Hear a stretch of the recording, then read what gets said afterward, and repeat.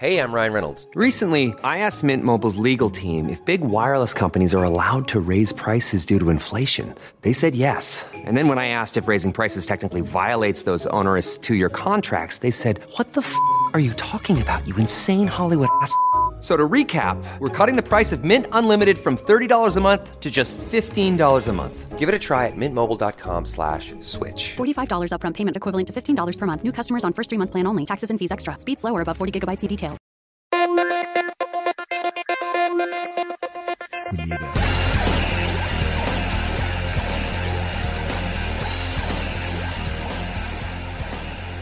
Olá pessoal, bem-vindos a mais um episódio Mil Crimes. Eu sou a Bruna, comigo está a Fabi. Oi, Fabi. Brasil, eu estou indignada, Brasil. Estamos indignadas, Brasil. Esse país não sabe votar, é isso. Uma boa noite a todos, menos se você tiver um cacto na sua casa. Se você votou no Gil do Vigor, você é nosso inimigo. Gente, acabou o Big Brother, né? Do cacto. É isso aí.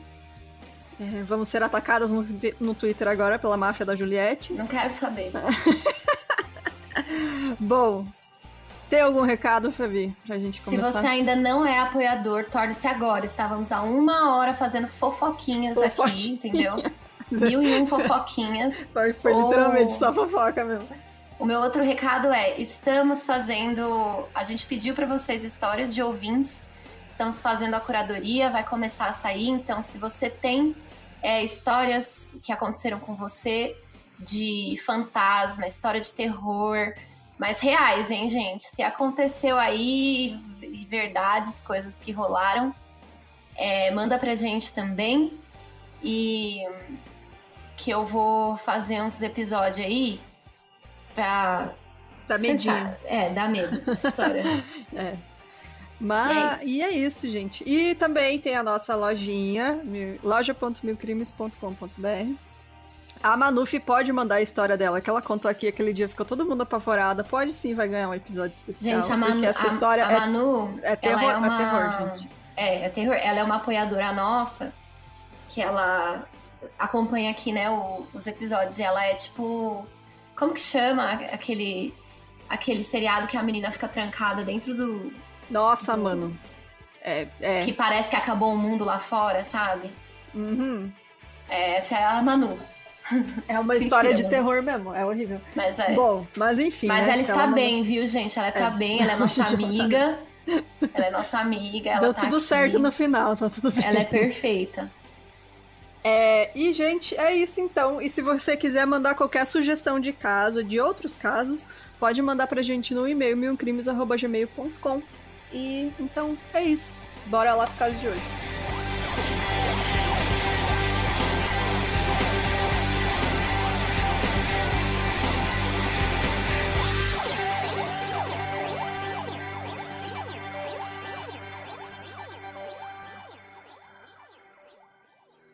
O Charles Joseph Whitman, ele nasceu em 24 de junho de 1941 em Lake Worth, na Flórida. O mais velho dos 3 filhos de Charles e Margaret Whitman, sendo o do meio Patrick e o mais novo John. O pai dele era muito autoritário e ele exigia a perfeição dos filhos e da esposa, e ele também era conhecido por ser psicologicamente e fisicamente abusivo com a própria família, tanto batia nos filhos e também batia na mulher. Então, quando criança, o Charles foi descrito como educado e que raramente perdia a paciência. Ele era extremamente inteligente, até um exame foi feito aos 6 anos, quando ele tinha 6 anos, e revelou que ele tinha um QI de 139. Eu não sei qual a média, mas, né, isso dizia na fonte, então eu coloquei aqui, eu achei importante. Bom, as realizações acadêmicas dele eram encorajadas pelos pais dele, e qualquer indicação de fracasso ou de preguiça era recebida com disciplina, que muitas vezes era castigos físicos do pai dele.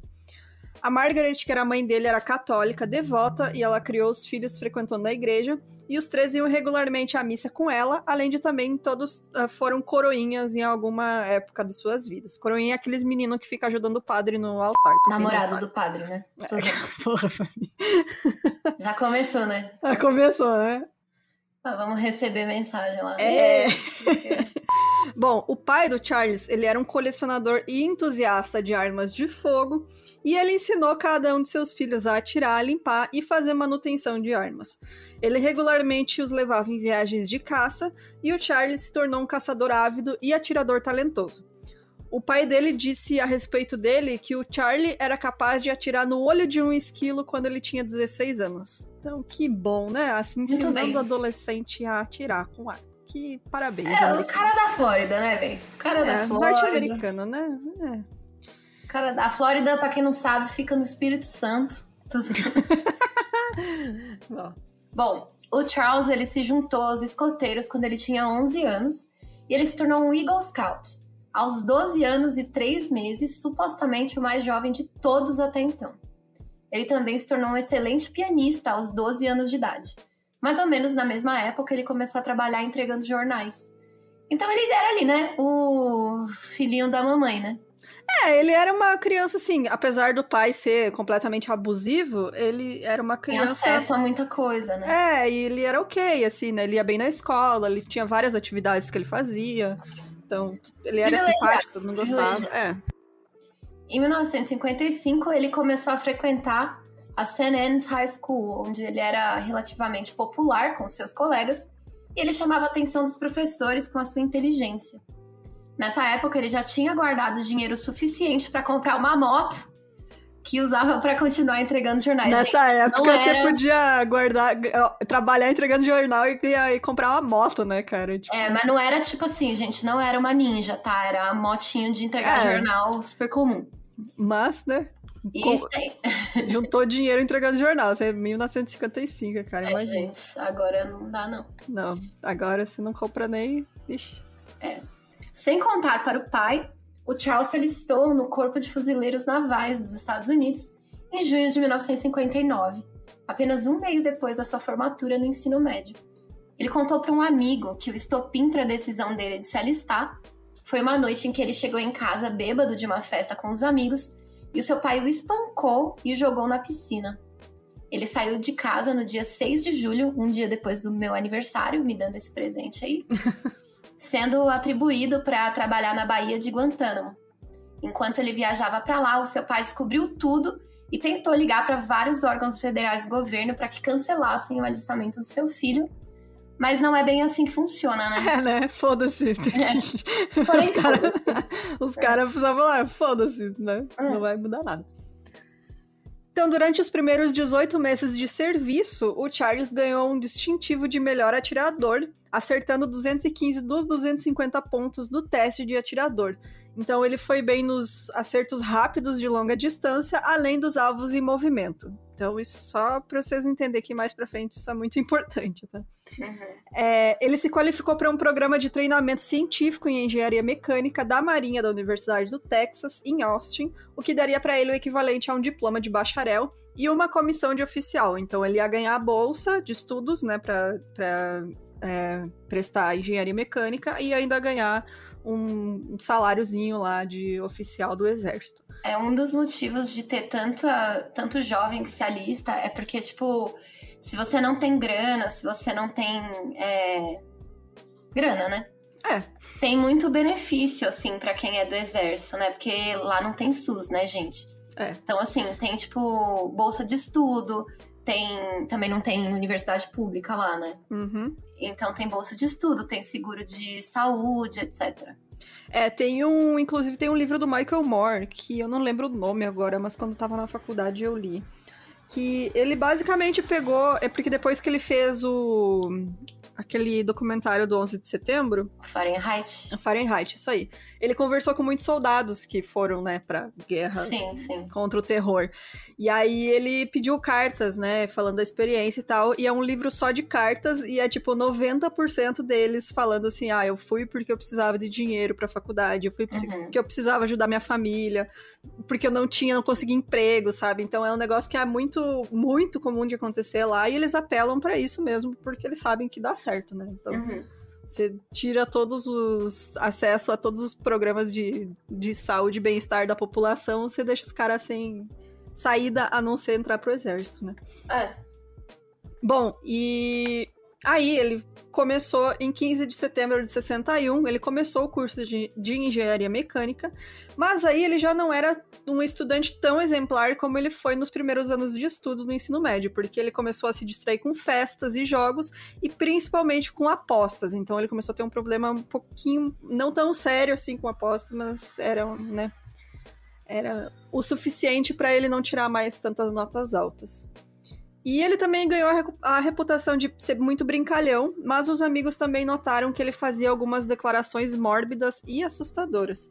Então, em uma ocasião, em 62, enquanto ele e um colega chamado Francis Chuck Jr., eles vasculhavam a biblioteca do prédio principal da Universidade do Texas, o Charles comentou. Ele viu a torre, né, a da biblioteca, tem uma torre bem grande, e ele falou que uma pessoa pode resistir a um exército do alto da torre antes que eles o pegassem.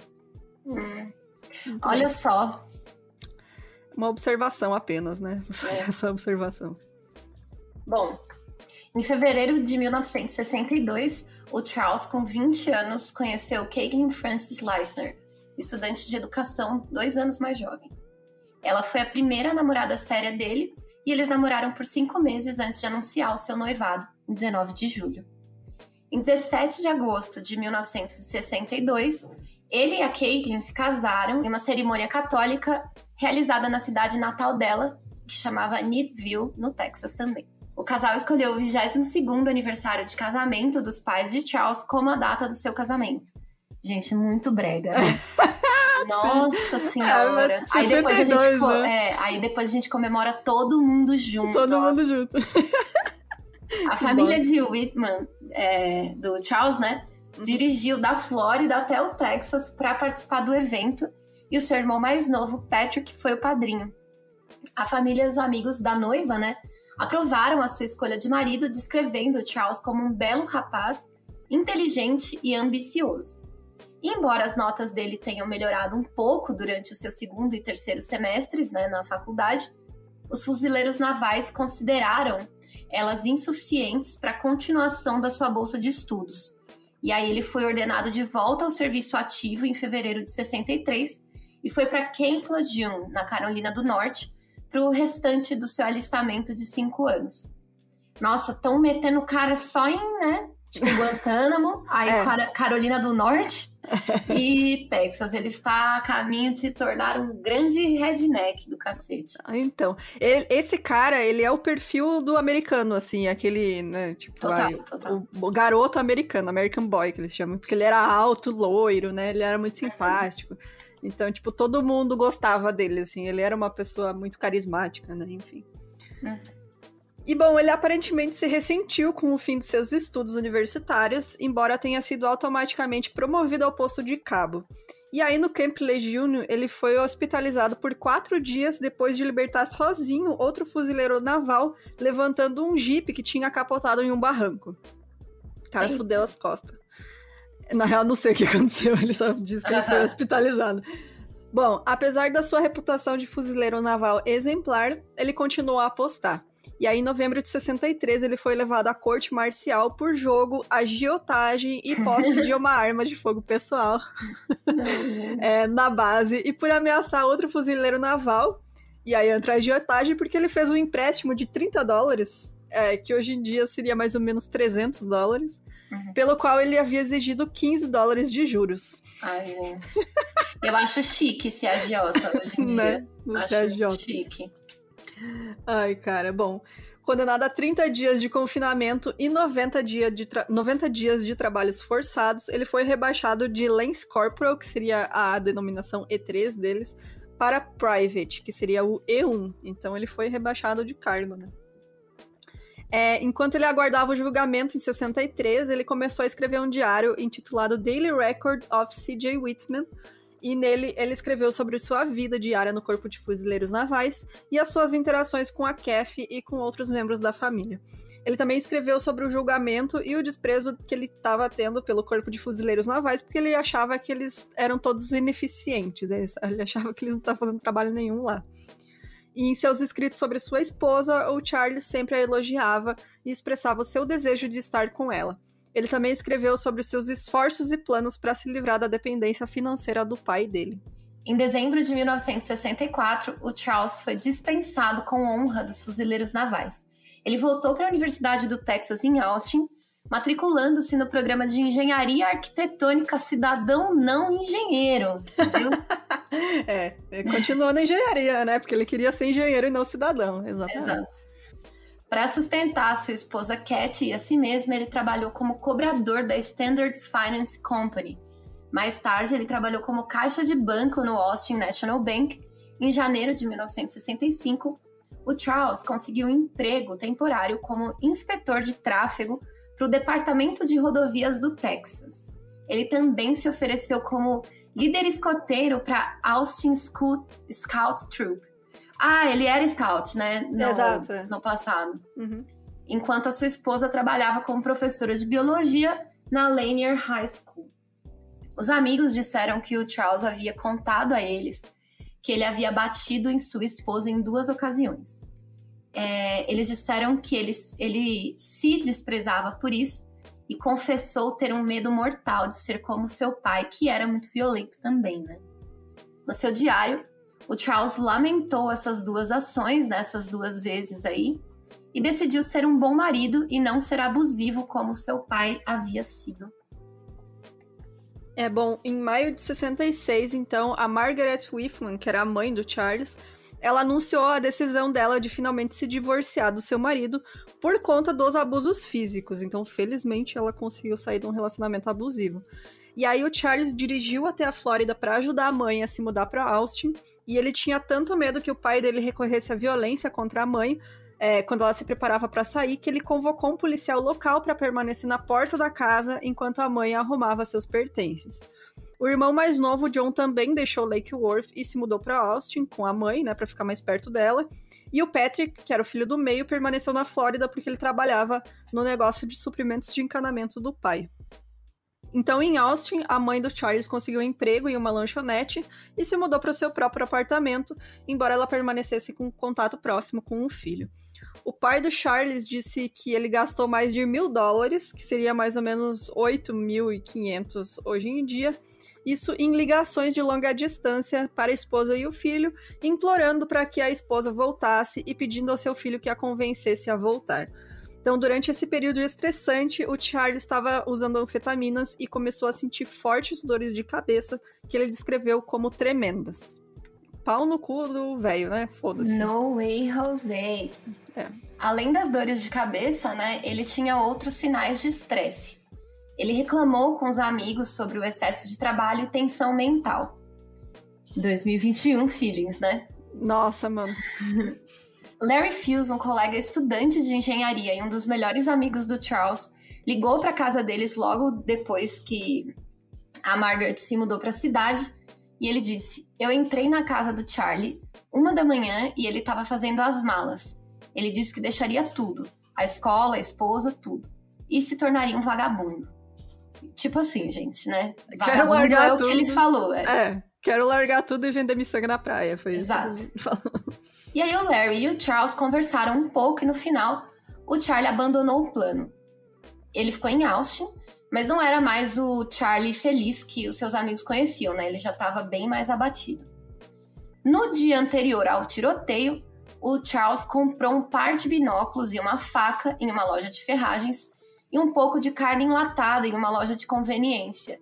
Ele pegou a sua esposa no seu emprego de verão como operadora de telefone antes de encontrar sua mãe para almoçar numa cafeteria que ficava perto da universidade, e por volta das 4 da tarde, em 31 de julho de 1966, Charles e Cat visitaram seus amigos John e Fran Morgan.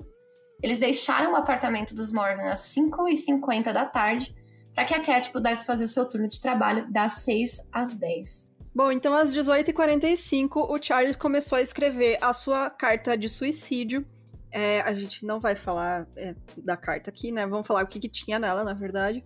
Que ele disse que, na verdade, ele não entendia completamente por que ele ia fazer o que ele ia fazer, mas que ele não sabia quando tinha iniciado, mas recentemente ele estava sendo vítima de muitos pensamentos irracionais e violentos.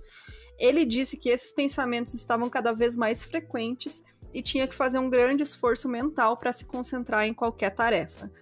Ele solicitou que uma autópsia fosse realizada em seus restos mortais para tentar determinar se havia uma causa biológica perceptível que contribuía para essas ações e também para as dores de cabeça contínuas e cada vez mais intensas. Será que é você mandar um cara pra guerra, um moleque de 18 anos pra guerra? Será no caso dele tem outra coisa, no final eu explico. Tá. Bom, só pra vocês terem uma ideia, porque o cara tava realmente com muito estresse, ele tava passando por sério, esse cara, não sei o que tava passando pela cabeça dele, mas devia estar grave o negócio. Ele também escreveu que ele tinha decidido matar a mãe e a esposa, isso expressando incerteza sobre suas razões. Ele afirmou que ele não acreditava que a sua mãe sempre aproveitou a vida como ela tem direito e que a sua esposa tinha sido uma esposa tão boa pra mim quanto qualquer homem poderia esperar ter. E bom, aí, já que minha mãe não aproveitou a vida direito, eu vou matar ela pra ver se agora aproveita, pô. É que a desculpa dele é que ele queria aliviar a mãe e a esposa do sofrimento deste mundo e salvá-las da vergonha de suas ações. Então ele não queria que elas lidassem com as consequências do que ele fez depois. Ele estava planejando, né? Mas ele não mencionou o que ele estava planejando fazer na universidade que ele fez depois. Então, por volta das 19h30, ele foi interrompido por uma visita de Larry Fields e sua esposa, Elaine. O casal perguntou o que ele estava escrevendo e ele respondeu cartas para velhos amigos e guardou a folha. O Larry lembraria mais tarde que o Charles estava de bom humor. Ele disse o seguinte: não parecia que nada o incomodava. Na verdade, era estranho, porque ele tinha um teste no dia seguinte e geralmente ficava muito tenso antes dos testes. Olhando para trás, parecia que ele estava particularmente aliviado com algo. Você sabe, como se você tivesse resolvido um problema. Hein? Muito estranho. Bom, pouco depois da meia-noite de 1º de agosto, Charles dirigiu até o apartamento da sua mãe na 1212 Guadalupe Street e depois de matar a sua mãe, ele colocou o corpo dela em sua cama e o cobriu com lençóis. Exatamente como ele assassinou a sua mãe ainda é questionado, mas as autoridades acreditam que ele a deixou inconsciente antes de esfaqueá-la no coração. Charles então voltou para sua casa, onde ele matou a sua esposa, apunhalando-a 3 vezes no coração enquanto ela dormia. Depois também cobriu o corpo dela com lençóis. Às 5h45 da manhã do dia 1º de agosto de 66, ele telefonou para o seu supervisor, para o supervisor da esposa dele no trabalho, para explicar que ela estava doente e incapaz de trabalhar naquele dia. Ele fez um telefonema semelhante para o local de trabalho da sua mãe 5 horas depois. Então, ele já estava lá de caso pensado, né? Uhum. Às 7h15 da manhã, ele dirigiu até o escritório da Austin Rental Equipment Service e alugou em dinheiro um carrinho de 3 rodas usado para mover caixotes. Na loja de ferragens Davis, ele comprou uma carabina M1, calibre 30 da Segunda Guerra Mundial, e na loja de armas de Chuck, que é tipo, gente, qualquer loja, tá ligado? Uhum. Vários carregadores pro rifle M1 lá, né? E munições para ele e para outros rifles. Um funcionário perguntou para que ele queria toda aquela munição e ele respondeu para atirar em alguns porcos. O funcionário não achou estranho, né? Pois muitos caçadores de Austin gostavam de atirar em porcos selvagens. Mas mesmo assim, né? Bom, cara, isso aqui pra mim é bizarro, assim, bom, coisa de estadunidense, né? Às 9h30, ele foi pra uma loja de departamentos, gente, vou lá no Walmart e comprou uma espingarda calibre 12. Eles pararam de vender assim lá? Não, agora. pararam de vender munição. No Walmart. Mas a arma ainda vende. Você não compra munição lá, mas a arma ainda assim. E bom, durante a hora seguinte, ele serrou parte da coronha e do cano dessa espingarda. E aí ele colocou a espingarda em seu velho baú de fuzileiros navais, junto com a carabina que ele tinha comprado. E em seguida ele acrescentou um rifle Remington de 6mm com uma mira telescópica de 4 potências, um rifle Remington calibre 35, uma pistola Luger 9mm, uma pistola Galese Brescia calibre 25, um revólver 357 Smith Wesson Magnum. Mano, essa aí é uma .50, velho. O negócio, mano, é tipo Counter-Strike. Uhum. E bem mais de 500 cartuchos de munição. Algumas de suas armas, incluindo 2 pistolas Derringer, ele decidiu deixar em casa. Olha só. Ele que bom, né? Só levou umas 8 e mais Nossa. E olha que interessante, todas essas armas eram de propriedade legal. Que bom, né? Imagina, você tem um cara pode comprar um sniper. Assim, Mano, legalmente. Pra que tu quer isso? Pra quê? Sério, pra quê? Exato. Não faz sentido, velho. Não faz sentido nenhum. Bom, além das armas de fogo, ele também colocou no baú uma faca, um facão e uma machadinha, 2 galões, um cheio de água e outro com gasolina, fósforos, combustível para isqueiro, fita adesiva, corda, lanterna, relógio e um rádio, vários alimentos enlatados, incluindo carne e coquetel de frutas, pacotes de uva passa, uma garrafa de desodorante e um rolo de papel higiênico. Então o cara foi... Assim, ele ia acampar... Pronto pra guerra, o Rambo, Pronto, né? Ele era o Rambo, exato. O Rambo da morte, né? Porque puta que pariu, cara. Bom, era cerca das 11 da manhã quando o Charles entrou em uma área de estacionamento reservada para executivos na esquina noroeste do edifício principal de 93 metros de altura da Universidade do Texas. Eu passei lá na frente, né? Eu não entrei nem nada disso, mas eu vi, sim. Uhum. A torre de granito abrigava a biblioteca e os escritórios administrativos da universidade e a Fundação Hogg para a Saúde Mental. O Charles, vestindo um macacão cinza de nylon sobre a camisa branca de jeans e tênis, carregou o seu baú de fuzileiro naval no carrinho alugado e levou para o prédio principal. Ele sorriu para uma recepcionista que presumiu que ele era um homem da manutenção e atravessou o corredor de mármore em direção aos 2 elevadores automáticos. Muito bem, né? Não precisa de identificação, né? Pra quê? O elevador ia até o 27º andar, e aí o Charles puxou o baú pelos últimos lances de escada até, então, né, o último andar de fato. A senhora Edna Townsley, a recepcionista no deck de observação do último andar, aparentemente abordou ele para ver o que ele queria, e ele acertou ela na cabeça com a coronha do rifle, com tanta força que parte do seu crânio foi arrancada. Mano. Ele então arrastou seu corpo para trás de um sofá na sala de recepção, deu um tiro na cabeça dela e a deixou para morrer. Na verdade, ela acabou morrendo cerca de 2 horas depois, que ela ficou lá sangrando, né? Uhum. Bom, enquanto o Charles conduzia o baú até a porta que dava para passagem aberta em torno do topo da torre, um grupo de turistas chegou no elevador do 27º andar. MJ Gabor, que era um operador de posto de gasolina, a sua esposa Mary e seus 2 filhos, Mike, de 19 anos, que era um cadete da Academia da Força Aérea, e Mark, de 15 anos. E acompanhando eles também estava a irmã do MJ, que era a Marguerite Lamport, e o seu marido, William. Então, os 2 adolescentes foram os primeiros membros do grupo a chegar ao último andar, alguns passos à frente da mãe e da tia. E os maridos ficaram um pouco mais para trás. E aí, em depoimento, né, como é que é o nome do moço? Mark. Não, é o MJ Gabor. É o Gabor, tá. Exato. Ele falou o seguinte: Mark abriu a porta do deck de observação e uma arma disparou.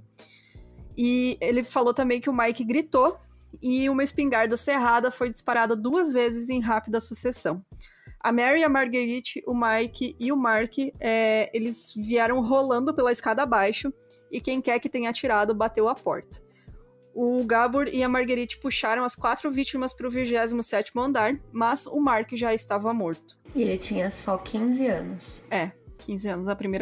Segunda vítima, porque a primeira foi a secretária. Enquanto o grupo fugia, o Charles já havia barricado a porta da escada para a sala de recepção e agora ele tinha todo o deck de observação só para ele. Ele saiu para a passarela aberta e olhou para o parapeito de pedra na altura do peito. Imediatamente acima dele, o mostrador do relógio sul marcava 10 para o meio-dia. Acima do relógio estava a Torre do Sino e acima da Torre do Sino nada além de um lindo céu azul. Abaixo dele estava o campus universitário de 93 hectares e toda a cidade de Austin e 100 quilômetros do interior do Texas em qualquer direção que ele olhasse. Era tipo um... como chama? Mirante, né? Exato. Ele abriu o fogo do topo da torre e o enorme sino 6 metros acima de sua cabeça começou a tocar. Era meio-dia em Austin. Um entregador de jornal, Alec Hernandes, de 17 anos, de repente cambaleou e caiu da bicicleta. Denver Dolman, um operador de livraria na periferia do campus, sem saber que uma bala acabou de perfurar a virilha do adolescente, observou, perplexo com o que parecia ser um inexplicável acidente de bicicleta. Então ele ouviu tiros e ao seu redor as pessoas começaram a cair. Cara, isso aqui eu acho que é o cenário mais de terror, assim, que pode existir. Você vê as pessoas caindo do nada e não saber de onde tá vindo os tiros, sabe? Tipo o Columbine, né? Ou qualquer outro, né? Sim, atirador, né? Bom, é que o Charles Whitman, ele ficou mais famoso porque foi um dos primeiros, né? E também a contagem de corpos é muito grande, então ele realmente, assim, não tem como não ter ficado famosa essa história. A Claire Wilson, de 18 anos e grávida de 8 meses, tinha acabado de deixar uma aula de antropologia do primeiro ano na companhia de um colega calouro, o Thomas Ekman. Os dois estavam passeando quando uma bala atingiu a Claire na parte inferior do abdômen, rasgando seu útero e estilhaçando o crânio de seu bebê. A Claire sobreviveu, mas a criança, infelizmente, não, né? Então, quando o horrorizado Ekman se ajoelhou ao lado da amiga ferida, um segundo tiro foi disparado, matando ele instantaneamente. Uma coisa que o Charles fez foi... Ele primeiro atirava em quem ele sabia que as pessoas iam tentar ajudar. Então, adolescente, mulher grávida. Algumas pessoas ele atirou não tentando matar, mas, tipo, apenas ferindo para que outras pessoas fossem ajudar e aí ele atirasse nelas. Então, o cara realmente... Você vê o que o treinamento militar faz com uma pessoa, né? Porque isso aí nada mais é do que treinamento militar. Tática de guerra, né?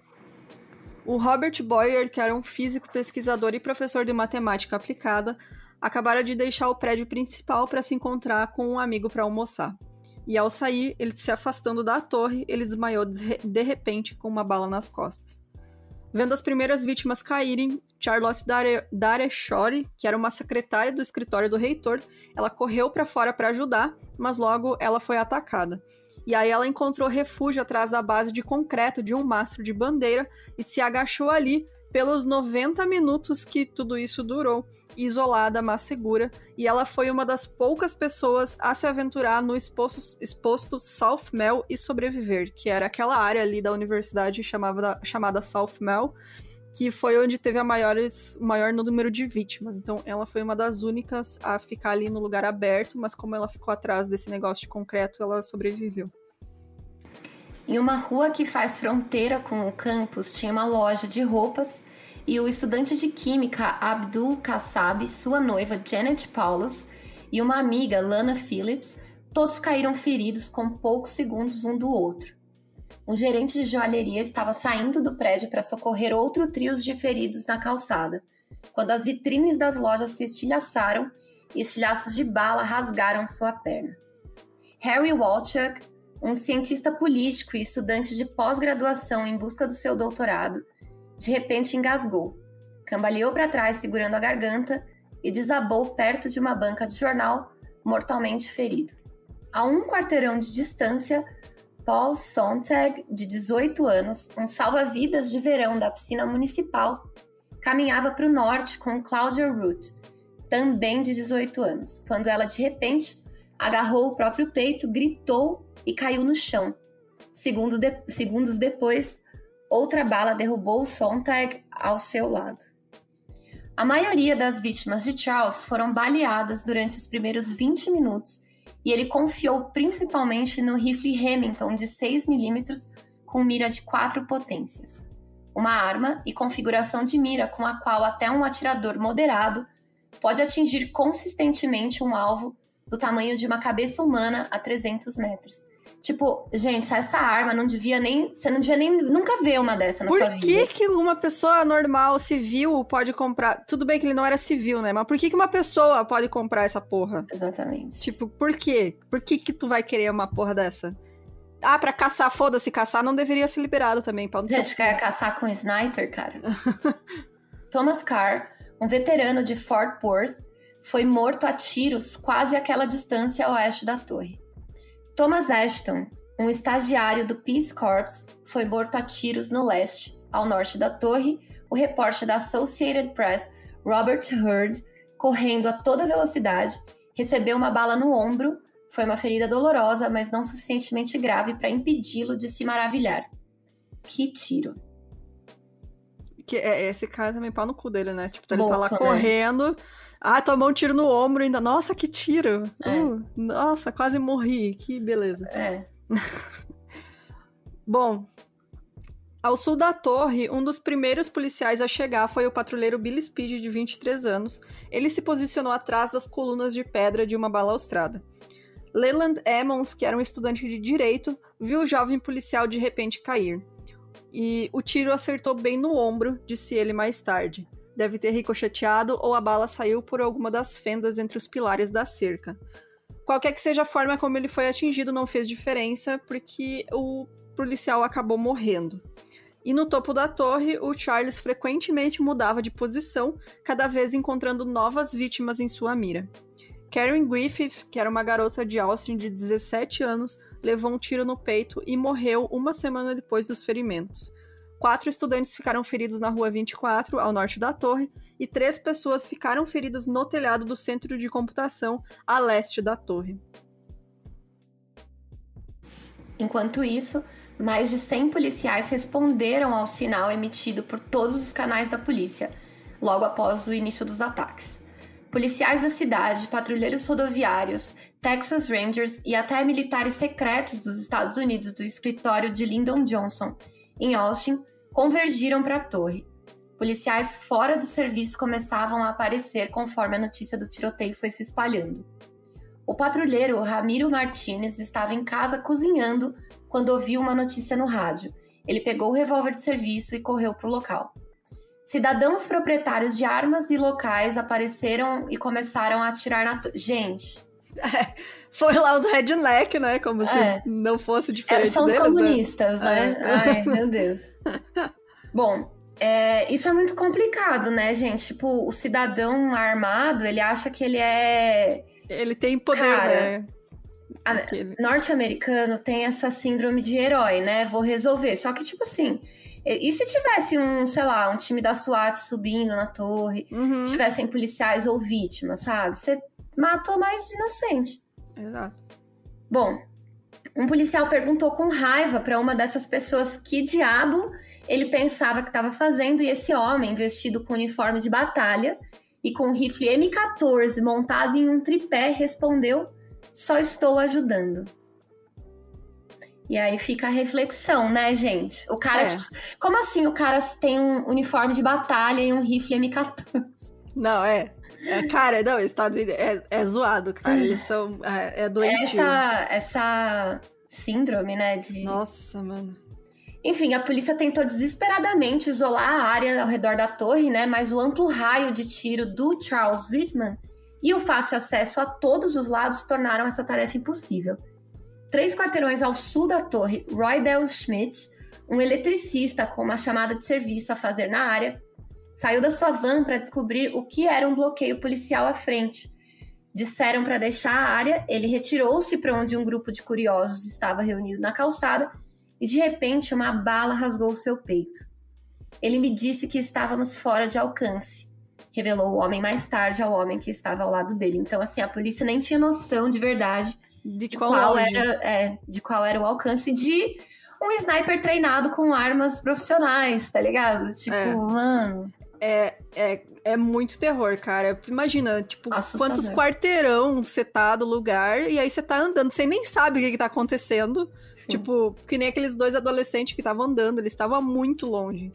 E caiu, morreu, assim, do nada. Morreu, porque o cara acertou eles lá da puta que pariu.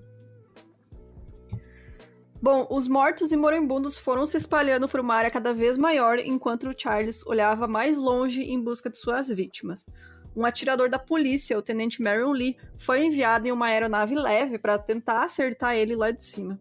E aí equipes de resgate em um carro blindado trabalharam para resgatar os feridos da perigosa terra de ninguém, que era o South Mall.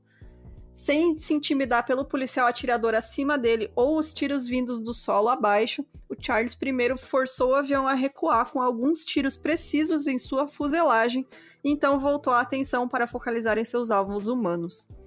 3 quarteirões ao norte e 2 quarteirões a oeste da torre, um treinador de basquete, Billy Snowden, estava entrando em uma barbearia quando uma bala atingiu seu ombro.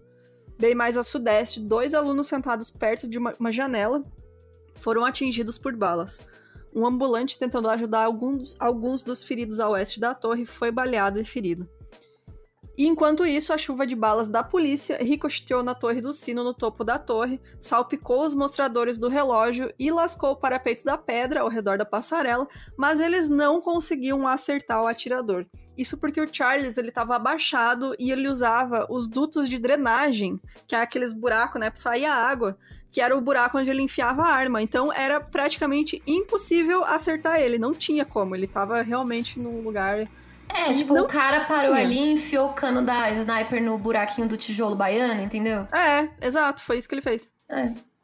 E se um arquiteto tivesse planejado projetar um edifício com a intenção expressa de que ele fosse usado por um atirador de elite, ele poderia ter feito um pouco diferente do que a torre da Universidade do Texas, mas era perfeito aquele lugar. Não tinha o que tirar nem pô. Tinha os buraquinhos pra ele botar a arma, tinha visão de todos os lados, tinha só um acesso. Por mais de 1h30, a posição do Charles foi inatacável. Ele tinha uma visão tão desobstruída do campus e seus arredores que a polícia não conseguiu invadir o prédio. E ele estava tão bem protegido que não foi possível atirar nele a longa distância, né? Só depois de alguns policiais engenhosos se encontrarem na torre e depois de conseguirem entrar por vários meios, por meio de caminhos subterrâneos ou zigue-zagueando de prédio em prédio, aí a iniciativa mudou para a polícia. Ramiro Martinez, o patrulheiro de folga que tinha abandonado o seu jantar para entrar em cena, foi acompanhado por um punhado de outros policiais, incluindo Houston McCoy e Jerry Day, e por um civil, Alan Crum, um funcionário da universidade e um ex-armador da Força Aérea. O grupo pegou o elevador para o 26º andar, porque o Allen explicou mais tarde que não queríamos correr o risco de topar com Charles se ele estivesse nos esperando no 27º andar. Cautelosamente, eles subiram os lances finais da escada. No 27º, eles encontraram os membros da família Galport e Lamport. Alguns estavam mortos, alguns feridos e o restante sofrendo, né? Enquanto seus colegas cuidavam das vítimas, os oficiais Martinez, McCoy e Crum continuaram subindo as escadas para o deck de observação. Então, eles fizeram o caminho que o próprio Charles fez ali, né? Não tinha outro caminho, na real, né? Só tinha esse. A porta da sala da recepção ainda estava bloqueada, e aí, cuidadosamente, os 3 empurraram a porta, recuando a mesa que estava bloqueando, até que houvesse um espaço suficientemente grande para passar. Eles foram avisados por rádio da posição do Charles, ele estava no lado norte do telhado, e aí o Martinez rastejou para a passarela no lado sul e começou a se mover furtivamente para o leste. O Crum e o McCoy seguiram ele, o Crum virando para o oeste e o McCoy apoiando o Martinez. E aí o Martinez contornou o canto sudeste da torre para a passagem leste, e se o Charles estivesse na posição que deveria estar, ele ia encontrar quando ele virasse na próxima esquina, e aí ele caminhou em direção a ela. Enquanto isso, o Crum havia entrado na passagem oeste, e de repente ele ouviu passos à frente, e aí ele disparou um tiro de seu rifle no canto noroeste para evitar que o atirador corresse ao seu redor e atirasse nele. A 15 metros de distância estava o Charles, agachado com um rifle M1 nas mãos, esperando pelo Crum no canto oposto. O Martinez ergueu seu revólver de serviço, .38, e atirou no lado esquerdo do Charles. Ele disse o seguinte: ele virou a carabina na minha direção e não conseguia mantê-lo nivelado. Ele continuou a tremer subindo em vez de descer com ele. E ele fala que não lembra quantos tiros ele deu. Estavam naquela adrenalina, né? Tipo, vida ou morte, cara. Sentou o dedo, situação. né? Tipo, o cara tá com um rifle ali, ele já matou sei lá quantas pessoas, e eles agiram rápido mesmo. Bom, na verdade, ele acabou disparando todos os 6 tiros, né? Esvaziando o tambor do revólver, e o McCoy avançou, contornou e acertou o Charles com uma espingarda. O Martinez correu e atirou ao mesmo tempo até chegar no Charles e ver que ele estava finalmente morto. O Crum pegou uma toalha do baú de Charles e acenou acima do parapeito, sinalizando aos homens no chão de que tudo estava acabado, né? Ao todo, o Charles matou 14 pessoas, feriu outras 31 durante os 96 minutos em que ele ficou atirando de cima da torre. Os oficiais de investigação descobriram que o Charles havia visitado vários médicos universitários no ano anterior ao tiroteio que haviam prescrito vários medicamentos para ele. O Charles consultou um mínimo de 5 médicos entre o outono e o inverno de 1965, antes de visitar um psiquiatra de quem ele não recebeu nenhuma receita. Em outra ocasião, ele recebeu o Valium do Dr. James Cochran, que recomendou que ele visitasse regularmente, né, o psiquiatra do campus. Esse psiquiatra que ele se encontrou, então, era o Maurice Dean Hitley, que é do Centro de Saúde da Universidade do Texas, isso em 29 de março de 66, que ele fez a primeira consulta. E ele referiu-se à visita, né, com o psiquiatra na nota final de suicídio dele. Ele escreveu que conversou com o médico uma vez por cerca de 2 horas e tentou transmitir a ele os medos que ele sentia e impulsos violentos. Ele falou o seguinte: depois de uma visita, eu nunca mais vi o doutor e desde então tenho lutado contra o meu tumulto mental sozinho e aparentemente sem sucesso. As anotações do médico sobre essa visita diziam, abre aspas, este jovem grande e musculoso parecia estar exalando hostilidade, que algo parecia estar acontecendo com ele e que ele não parecia ser ele mesmo. Ele prontamente admite ter passado por períodos opressivos de hostilidade com o mínimo de provocação. As repetidas investigações que tentaram analisar suas experiências exatas não tiveram muito sucesso, com exceção de sua vívida referência a pensar em subir numa torre com um rifle e começar a atirar em pessoas. Fecha aspas. E aí você me diz o seguinte: esse médico conversou com esse cara uma consulta só, não marcou mais nenhuma, e tá tudo bem, esse cara tá aí, solto, livre, leve. Tipo, não avisou ninguém, não falou com ninguém, não falou com a família, não falou, pessoal, ele precisa de ajuda, não falou nada. Ficou por isso mesmo. Bom, embora ele... É aquilo, né, gente? A saúde mental não é importante, né? Embora o Charles tivesse recebido os medicamentos e tivesse em posse de um medicamento chamado Dexedrine no momento da sua morte, a toxicologia foi adiada porque o corpo foi embalsamado em 1º de agosto, depois que foi levado para a funerária, né? No entanto, uma autópsia havia sido solicitada nas notas de suicídio deixadas por Charles. Então, ele mesmo, né, pediu a própria autópsia e foi, então, aprovada pelo seu pai. Em 2 de agosto, a autópsia foi conduzida lá na casa funerária. A urina e o sangue foram coletados para testar traços de anfetaminas ou outras substâncias. Durante a autópsia, Chenard, que foi o médico que fez a autópsia, descobriu um tumor cerebral do tamanho de uma noz, que ele rotulou de astrocitoma, e que exibiu uma pequena quantidade de necrose. O Chenard, né, esse Coleman Chenard, que é o médico no caso, não. É isso. Ele concluiu que o tumor não afetou as ações do Whitman. Essas descobertas foram posteriormente revisadas pela comissão Connolly e eles disseram que é a opinião da força-tarefa que a revelação entre tumor cerebral e as condições e as ações de Charles Whitman no último dia de sua vida não pode ser estabelecida com clareza. Então o que foi essa comissão? O governador do Texas, na época, o John Connolly, ele encomendou uma força-tarefa para examinar essas descobertas da autópsia e também o material relacionado às ações e os motivos do Charles para o massacre. Gente, Cara, Nossa. Porque eu acho que, na época foi o maior massacre, né, que teve. Eles queriam falar assim, não, é porque ele tinha um tumor no cérebro, tá ligado? Mas é exatamente por isso. Bom, a comissão era composta por neurocirurgiões, psiquiatras, patologistas, psicólogos, incluindo o Stuart Brown e os diretores do Centro de Saúde da Universidade do Texas, o John White e o Maurice Hitley. Os testes de toxicologia da comissão não revelaram nada significativo e eles examinaram, né, os blocos de parafina do médico lá que ele tinha feito do tumor, espécimes curados do tumor e também outro tecido cerebral do Charles, além do restante dos espécimes da autópsia disponíveis. Então, após uma audiência de 3 horas em 5 de agosto, a comissão concluiu que a conclusão do Chenard havia sido um erro. Eles descobriram que esse tumor, na verdade, tinha características de um glioblastoma multiforme, com áreas disseminadas de necrose, paliçadas de células e um componente vascular notável, e foi descrito como tendo a natureza de uma pequena malformação vascular congênita. Então, contribuintes psiquiátricos para o relatório concluíram que a relação entre o tumor e as ações dele não pode ser estabelecida com clareza, mas o tumor concebivelmente poderia ter contribuído para sua incapacidade de controlar suas emoções e ações. E os neurologistas e neuropatologistas concluíram dizendo que a aplicação do conhecimento existente da função cerebral orgânica não nos permite explicar as ações do Charles Whitman em 1º de agosto.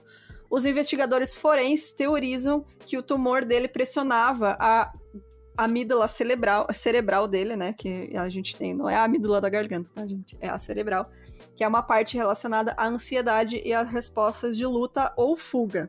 Então, na real, não dá pra saber se era mesmo o tumor. O tumor, com certeza, era a razão das dores de cabeça que ele tinha, né? Ele tinha dores de cabeça muito forte. Pode ter sido a razão desses pensamentos que ele tinha, que ele não conseguia controlar? Pode. Mas não dá pra ter certeza. É a glândula pineal, né? Não dá pra ter certeza, mas é uma das teorias mais aceitas de por que ele fez o que ele fez, né? Porque ele, assim, apesar de não ter... apesar de ele ter o histórico, né, de ser fuzileiro e tal, ele não tinha o histórico de agressões, né? Tipo, ele bateu na mulher, mas ele salvou o cara no exército, ele nunca... Não, ele se arrependeu também de bater. Ele viu que era errado bater na mulher, né? Ele falou, não quero ser igual ao meu pai. Então não tem, tipo, mesmo... Uma explicação exata, né? Exato. Tipo, olha, podemos afirmar perfil, que é isso aqui. Não tem perfil, né, de aquele histórico, né, de sociopata, de serial killer, de spree killer, que maltrata bicho, matou não sei quantas pessoas antes, enfim. Então é muito bizarro o caso dele, mesmo por causa disso, assim. Mas só última coisa é que tem várias coisas de cultura pop que foram inspiradas nesse caso, porque, como eu falei pra vocês, ficou muito conhecido. Entre esses filmes estão The Deadly Tower, que também é conhecido como Sniper, que é um filme de 75, com o Kurt Russell, então, que faz o cara aí, que faz o Charles, e nunca assisti, não sei, não posso garantir que é bom. E tem também um filme chamado Tower, que é de 2016, que é uma animação, na verdade, em rotoscoping, que eles fizeram com depoimentos de vítimas e testemunhas do caso. Então... também não assisti, se alguém quiser ver aí, passam pra gente o que vocês acharam. Recebeu vários prêmios é um filme independente. Olha só, vou assistir. Vamos ver e depois a gente conta pra vocês o que achamos. Como chama mesmo? Tower, 2016. Vou dar uma olhada. E é isso, gente. Acabou o caso, gente, Charles. Desculpa o tanto de erro hoje, eu estou com muita cólica, cara. Não tô mais conseguindo. Eu tô, tipo, aqui, por Deus, pra sair correndo. Então é isso, gente. Vamos deixar a Fabi lá botar uma bolsinha de água quente, tomar um remedinho. E obrigado aí pela companhia, pessoal. Apoie o Mil Crimes. Beijos e tchau. Obrigada. Tchau.